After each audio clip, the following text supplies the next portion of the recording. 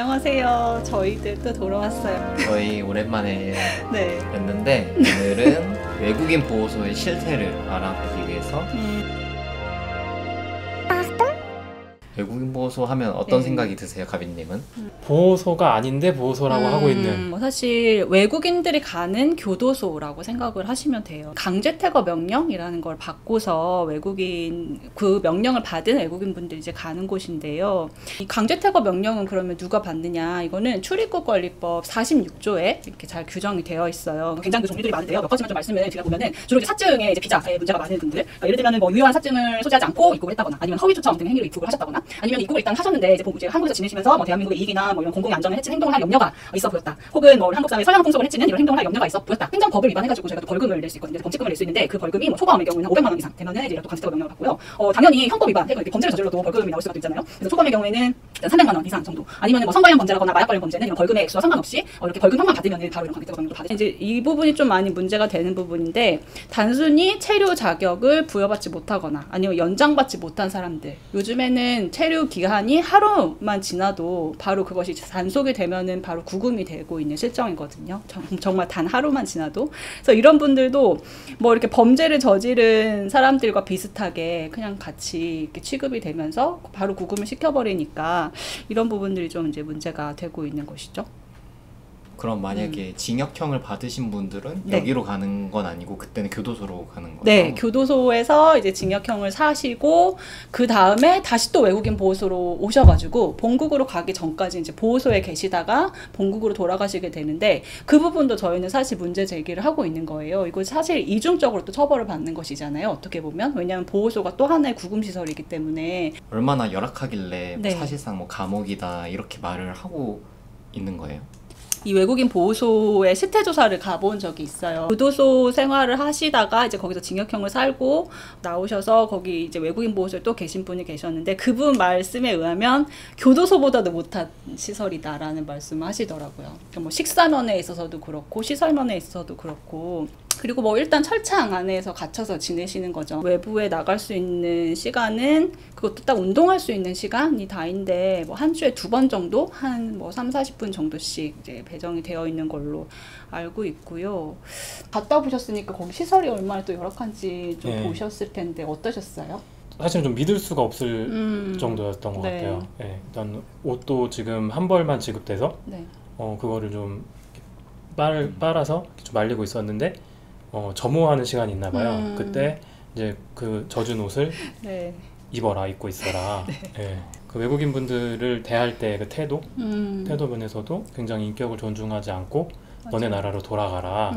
아직도 난민 인정에 대해서 기대감을 갖고 있느냐, 그거 잘 안 될 거다. 그런 어떤 정신적인 스트레스 또 굉장히 심각하게 겪고 계셨었습니다. 맞아요. 네네. 이 외국인 보호소에 구금이 되면 뭐 언제까지 구금이 되는 거예요? 구금의 기한이 없어요. 63조의 이제 조항의 제목이 강제퇴거 명령을 받은 사람의 보호 및 보호 해제라고 나와 있어요. 그러니까 보호는 여기서 그냥 구금이라고 이해를 하시면 되는데, 여기 1항에 보면은 이 강제퇴거 명령을 받은 사람을 여권 미소지, 그러니까 여권을 가지고 있지 않거나 또는 뭐 교통편의 미확보, 즉 이렇게 당장 비행기 티켓을 살 그 돈이 없거나 하는 이런 등의 사유로 즉시 이제 강제퇴거를 시킬 수 없으면은 송환할 수 있을 때까지, 즉 그 사람을 한국 밖으로 이제 보낼 수 있을 때까지 그를 보호시설에 보호할 수 있다. 규정 자체가 이렇게 돼 있어요. 그러니까 열린 조문으로 되어 있거든요. 그러니까는 송환할 수 있을 때까지, 그럼 송환할 수 없으면은 뭐 3년이고 5년이고 10년이고 규정상으로는 그게 논리적으로도 가능하다라는 것이죠. 네. 감옥도 무기징역이 아니면 다 상한이 있는 거잖아요. 근데 제한 없이 무제한적으로 좀 구금이 된다라는 것 자체가 이해가 되지 않는. 그렇죠. 이해가지 않죠. 그래서 사실 이 출입국관리법 63조 관해서는 저희가 위헌 소원이 있었어요. 어떤 법이 위헌이다라고 결정을 내려면은 9명 중 6명의 재판관이 이제 위헌 의견 내야 하는데, 이 당시에 이제 5인의 위헌 의견이 있었어요. 사실상 위헌이고 형식적 합헌이다라고 저희는 이제 표현을 하는데, 위헌 의견을 좀 보시면은 행정 목적 때문에 기간에 제한 없는 보호를 가능하게 하는 것은 행정의 사용의 편의성과 획일성만을 강조한 것으로 그 자체로 피보호자의 신체의 자유에 대한 과도한 침해다. 입국이나 체류에 관한 행정법규를 단순히 위반한 외국인도 있을 수 있는데, 그러니까 아까 말씀드린 것처럼 단 하루의 기간만 지나도 이런 사람들 다 같이 그냥 싸그리 구금이 되니까 이런 모두를 잠재적 도주자 내지는 잠재적 범죄자로 봐서 기간에 제한이 없이 보호하는 것은 과도한 조치다라고 판시를 하고 있었습니다. 근데 작년 한 3월 달쯤에 그래서 인권위원회가 이런 구금적 형태의 외국인 보호소에 좀 문제가 많다. 그 중에 하나 이제 지적한 것이 뭐냐면은 인터넷을 자유롭게 사용할 수 있도록 해라라는 부분을 내용을 권고를 했는데, 그래서 그 화성이랑 청주랑 여수 외국인 보호시설에서 그 사용 내역을 보면은 여수 같은 경우 없음.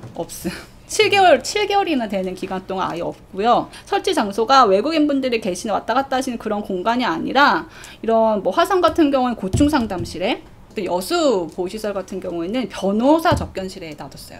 여기는 아무도 못 들어가죠. 그러니까 접견을 변호사가 오지 않는 한 여기는 못 들어가는 장소인데, 못 들어가는 장소에다가 이렇게 PC를 놓고서 이제 외부에서 그 외국인 분한테 전화하는 것도 사실 안 돼요. 다이렉트로 전화할 수가 없거든요. 강제 퇴거 전까지 보호하는 거라면 굳이 그렇게 뭐 인터넷을 못하게 막거나 전화를 뭐 핸드폰을 뺀다거나 그럴 이유가 없는 것 같은데. 그러니까 오히려 빨리 이거를 핸드폰이라도 사용을 할 수 있게 해주던가 아니면 인터넷이라도 사용을 할 수 있게 해줘야지. 왜냐면 이때 뭐 난민 소송만 하는 분이 계신 게 아니라 임금 못 받아서 계신 분들도 있고 여러 가지 소송에 얽혀가지고 못 나가시는 분들도 계시거든요. 근데 그분도 답답한 거예요. 내 채무자를 찾아서 그 사람한테 돈 달라고 해야 되는데 지금 전화도 못하게 하고. 그러니까 저희가 이제 법을 배울 때 그 기본권의 주체에 대해서 국민만이 주체가 아니라 외국인도 기본권의 주체가 될 수 있다고 그렇게 저희가 배웠잖아요. 또 헌법재판소 판례도 외국인도 기본권의 주체가 된다고 판시를 했고, 이 화성 외국인 보호소에 다녀와서 그 분과 상담하면서 느낀 거는 구금됐기 때문에 신체의 자유가 굉장히 지금 침해되고 있고, 그리고 통신의 자유 말씀하신 것처럼 연락을 할 수 없고, 그런 신체의 자유, 통신의 자유 이런 기본권들이 굉장히 제한되다 보니까 그게 이제 정서적인 부분에도 어떤 존엄성에까지 굉장히 부정적 영향을 미치는, 그래서 우울감도 굉장히 호소하시고 거의 몇 번을 우셨어요. 몇 번을 우시면서 저한테 자기도 인간이라고 이렇게 막 울먹이면서 얘기를 하셨는데, 특히 아동들의 경우에는 더 취약할 거 아니에요. 이 구금되었다는 사실 자체가. 특히 그 3살짜리 같은 경우에는 이제 이해가 안 가니까 우리가 왜 갑자기 철창에 있는 이 공간에 있어야 되는지 엄마한테 이제 계속 물어보는 거죠. 엄마 우리 여기 왜 있어? 언제 나가? 계속 이렇게 물어봐도 엄마는 이제 할 말이 없으니까 우리 잠깐 지금 소풍 온 거야 라고 얘기를 해도 당연히 애는 상황 파악이 뭔지 알죠. 계속 그 안에 있는 그 비상벨 같은 거 누르면은 나갈 수 있을까 싶어서 그걸 또 계속 누른 거예요. 그 아이가. 그 계속 누르면은 또 직원이 와서 엄청 또 화내고 혼내고 이거 왜 눌렀냐고 그러고. 근데 그 아이가 그 보호소에서 그렇게 한 2주 정도 있다가 나왔거든요. 그 이후에 정말 트라우마가 생겨서 원래는 이런 뭐 소변이나 이런 거 다 가릴 줄 아는 아이였었는데 그 이후에는 갑자기 그냥 실수하는 경우도 굉장히 많고, 밤에 악몽을 꾸거나 막 소리를 지르거나 허공에다가 주먹질을 하면서 막 싸우는 그런 경우도 많고, 그리고 그 안에 보호소 직원이 다 성인 남성이었잖아요. 그래서 이제 한국 남자 아저씨들만 보면은 애가 말을 안 하는 거예요. 이제 그 잠깐의 보호 경험, 구금 경험으로 인해서도 그 아이의 어떤 정신적으로 트라우마라던가 이런 상처들이 굉장히 많이 생길 수 있다라는 걸 그냥 글로만 알고 있었는데, 그 아이의 사안을 보면서 이게 정말 무섭다. 이 진짜구나. 진짜 이렇게 아이가 변하는구나 라는 거를 느껴서 너무 또 난민들 분들과의 많은 접점이 또 있어야 된다, 그럴 필요가 있다라고 얘기하시는 게 저는 이번에 좀 뭔지 알겠더라고요. 어떤 하나의 사례로 보는 게 아니라 정말 한 사람의 이야기로 한번 그 상황으로 들어가 보는 좀 그런 노력들이 좀 많이 필요할 것 같아요. 어떻게 하면 들어가 볼 수 있죠? 그게 너무 어려운 것 같아요. 맨날 이제 저희 같은 지원 단체야 매일 이렇게 대면을 하니까 그런 기회들이, 그런 절실함들이, 그리고 그 사람이 정말 인격으로 느낄 수가 있는데 사실 근데 그런 그 이야기로 들어가는 것들이 그 단박에 되는 것들이 아니잖아요. 근데 제가 저도 어필의 짧은 시간이지만 이렇게 있으면 지내면서 네. 느끼는 거는 이런 작은 노력들, 유튜브 이런 촬영이라든지 또 난민 네. 영화제라든지 또 이런 뉴스레터들, 강연들 이런 것들이 난민분들이 국민분들과 이렇게 많은 접점이 있을 수 없지만 어필처럼 이렇게 활동하는 분들이 그런 기회들을 계속 늘려 나갈 때 한 사람 한 사람 정말 작은 물들이 모여서 정말 물길 이룬다 이런 말이 네. 있잖아요. 네네. 저는 지내면서 좀 그런 거를 많이 좀 받고 느꼈고 또 기대하고 있습니다. 네. 너무 좋은 말씀이네요. 네. 유튜브 구독하고 계신가요? 구독과 좋아요. 네. 설정까지 눌러주시고요. 네, 오늘도 저희 이주국은 관련해서 많은 얘기 해봤는데요. 하실 말씀이 있으시거나 아니면 궁금하신 점 있으시면 댓글로도 많이 남겨주시고요. 네, 저희 또 돌아올게요. 안녕. 빠르도만 하면 좀 우울해지는.